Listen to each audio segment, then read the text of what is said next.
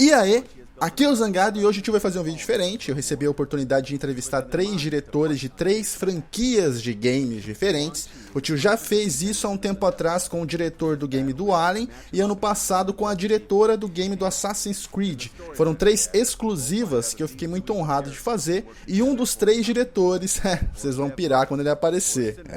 Antes de começar, quem não viu o vídeo do Avaliem, por exemplo, que foi o mais recente, eu prefiro regravar o áudio das minhas perguntas para ele não ficar abafado por conta da máscara. E as respostas dos diretores eu vou legendar certinho para vocês. Beleza, Creuza? Então, maravilhosa. Deixa rolar. Hi, my name is Ed Boone. I'm the creative director at NetherRealm Studios, and we're here to talk about Mortal Kombat X. A minha primeira pergunta começou dizendo que o primeiro MK surgiu há 22 anos atrás, em 1992, se tinha algo dessa época na questão de forma de produção de um jogo que ele sentia falta. Claro que as coisas eram mais cansativas, difíceis de se fazer, muito mais, mas algo deveria deixar saudades, e o que seria então? I absolutely miss that era of making the games. It was in 1992, and things were actually not a lot harder. They were a lot easier back then. To make the first Mortal Kombat game, it was just 4 people, and the newest Mortal Kombat game, Mortal Kombat X, is over 130 people working on the game. So back then, we all have fond memories of making the games back then, and it's a lot harder now.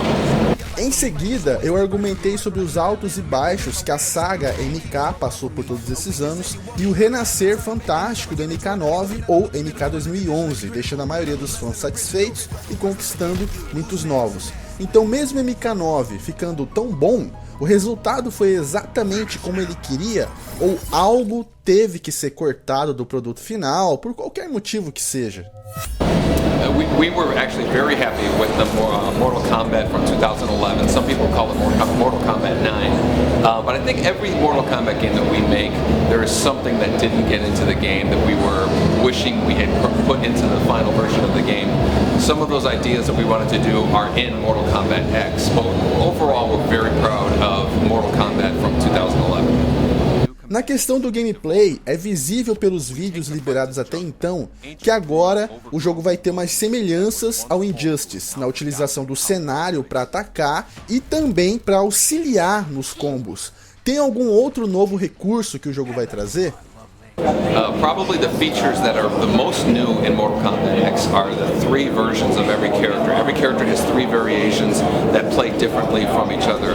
Fighting games are all about matchups, you know, is one character good against another character, and now you have 3 versions of every character. The matchups are going to be a lot more unpredictable, a lot deeper in depth.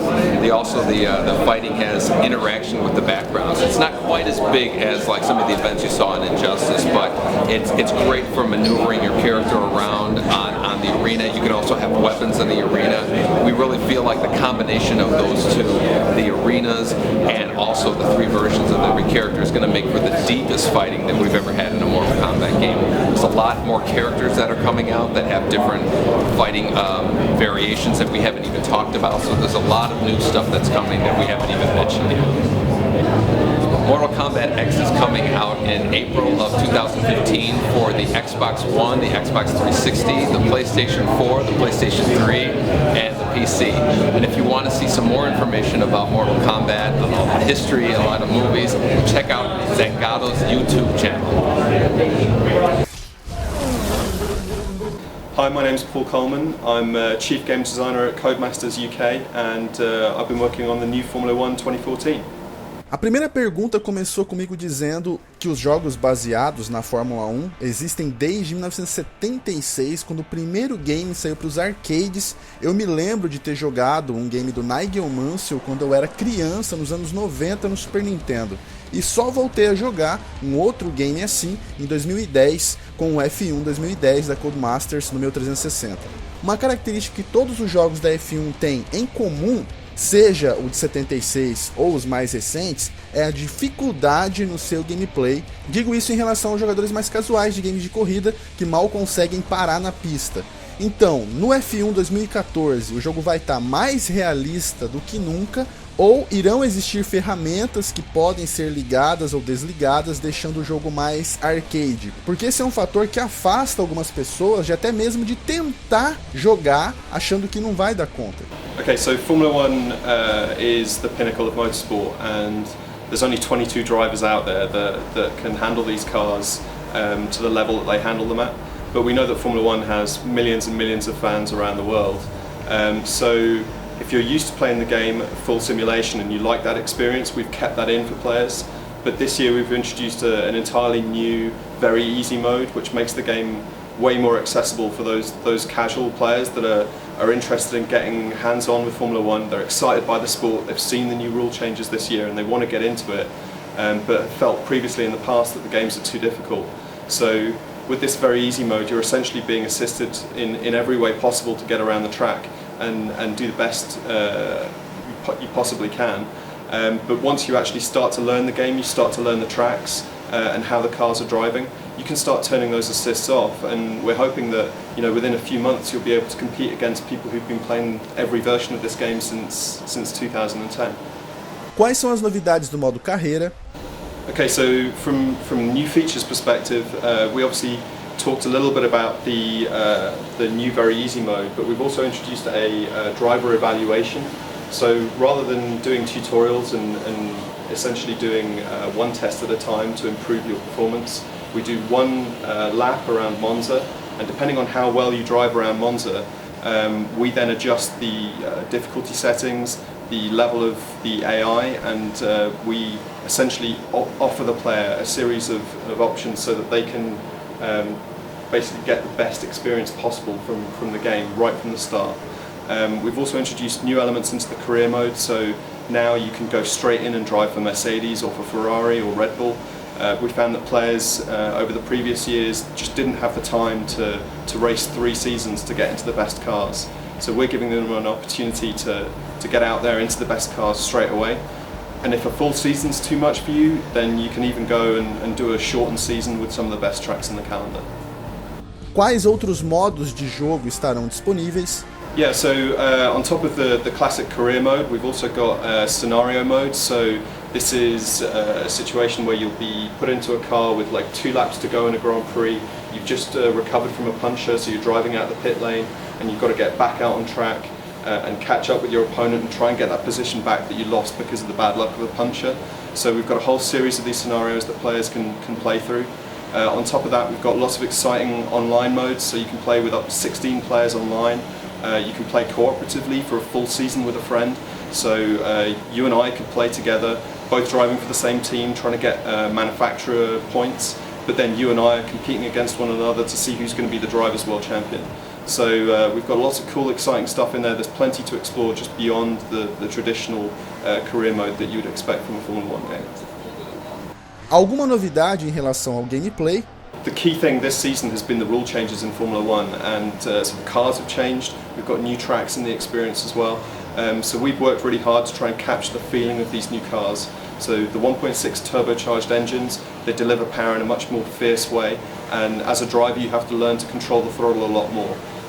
On top of that, we've also got much less downforce, so when you're driving fast through a corner, where last season you could put your foot flat on the floor and just drive through that corner, now you're in a situation where you have to be really careful because the car's going to move around underneath you.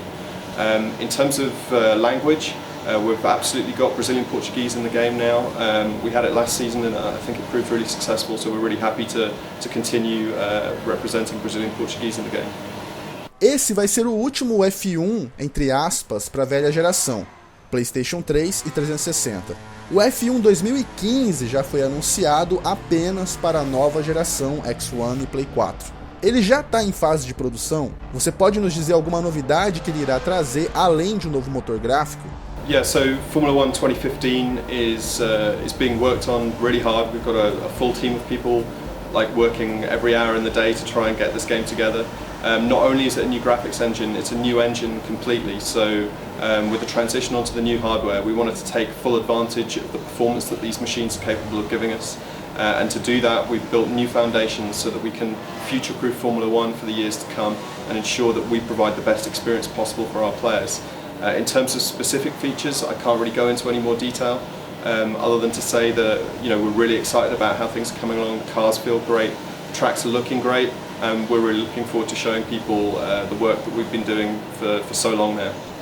So Formula 1 2014 is out on October the 24th here in Brazil, and it's going to be on PlayStation 3 and Xbox 360. Abraço para ao Brasil. Hello Brazil, I'm Andrea Basilio, the game director of MotoGP 14. I am from Italy. A minha primeira pergunta eu comecei dizendo que a Milestone produz games de corrida de moto desde 1999 como Superbike World Championship, então ela é experiente nessa área. Pessoas do mundo inteiro são apaixonadas por carros, outras por motos e outras por velocidade em si. Na questão de games de corrida, os carros têm um mercado muito mais amplo, jogos de motocicletas geralmente vão para uma área mais de manobras radicais e ainda assim fantasiosas, não existem muitos simuladores. Você consegue responder no seu ponto de vista o porquê que isso acontece?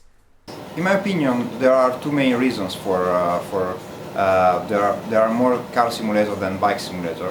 Because the first thing is a bike is quite hard to simulate right all the physics around the bike, because obviously it's on two wheels, so it's very difficult to simulate perfectly all the force that are involved in moving a bike and linear bike. The other thing is it's quite hard to find the right, let me say, peripheral and proper way of the controller to have the perfect feeling of a bike. I mean, with the car simulation, my company did also car games. You have at the end you have the wheel that is quite close to the reality, so you can simulate actually one-to-one to a real car. With biking it's difficult because it's quite impossible to create a simulator that actually recreate all the movement, all the physics involved in a bike racing, in a bike maneuver and movements. Quais são as novidades do modo carreira? Well, the idea behind the career mode in MotoGP 14 is to bring to the player the real experience of a MotoGP rider. The point is, starting Moto3 as a rookie in the less powerful category of bikes, and then clip the ladder to reach the most powerful and famous teams in the world, in the MotoGP teams, and maybe teammate with Valentino Rossi or Jorge Lorenzo or Marc Marquez. That is the main core of the career. You can also develop your bike in the career. So you basically explain to your team how to improve the bike's performance and create a better bike for your team and also for your teammate. With living the MotoGP experience, you can change the team. Basically, all the team ask you give you a job if you give a great performance on the track. They give you the possibility to race in different teams, so they offer you a contract, you can sign or decide for another team, and so in this way you can climb actually and build your own career inside the MotoGP experience. We also have the motorhome, that is basically the HQ of the career. The motorhome is a very famous home that the real riders have in reality, so we have the same in the game. You can stay there relaxing, you can read the news, follow your fans and understand what's exactly feeling the fans of your performance on the track, and also the other rider making comments about you on the social networks basically. The motorhome also evolve depending from your career. Basically you're going to start in a really cheap motorhome at the beginning because it's normal, not much money at the beginning of the career, and then evolve in a better motorhomes during the career. Novidades em relação ao gameplay. This year we had the PS4 version. We did basically an engine from scratch for the next gen. And also the physics is different because on PS4 is 3 times more accurate than the current generation version. So this is a big gap for a racing game, obviously. We did a completely new AI system, and we actually have to do it because we have 33 riders on the track, so it's a lot of people around, and we absolutely need a really solid AI system for. Existe algum planejamento ou já está em produção o MotoGP 15 com um novo motor já focado na próxima geração? We are working on MotoGP 15 right now.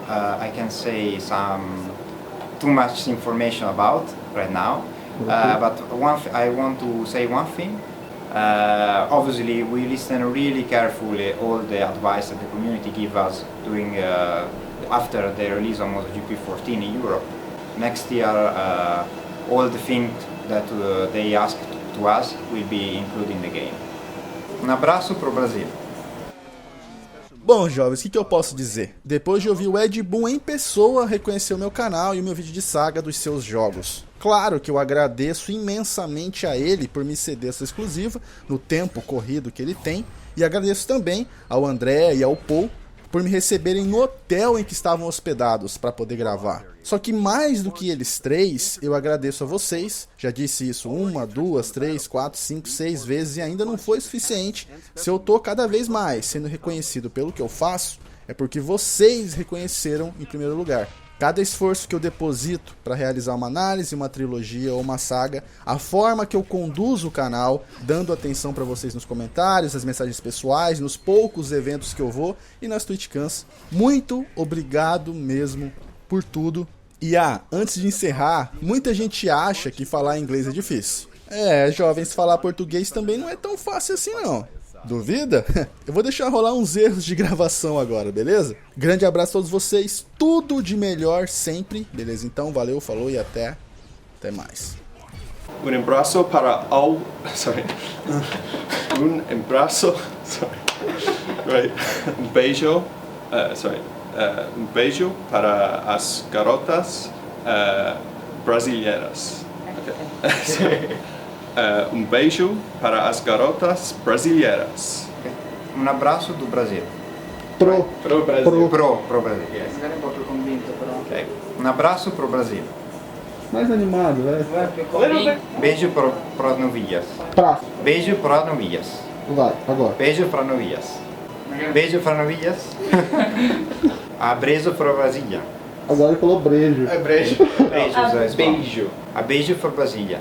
Beijo para... bacio alle donne brasiliane. Ui, papai. Agora...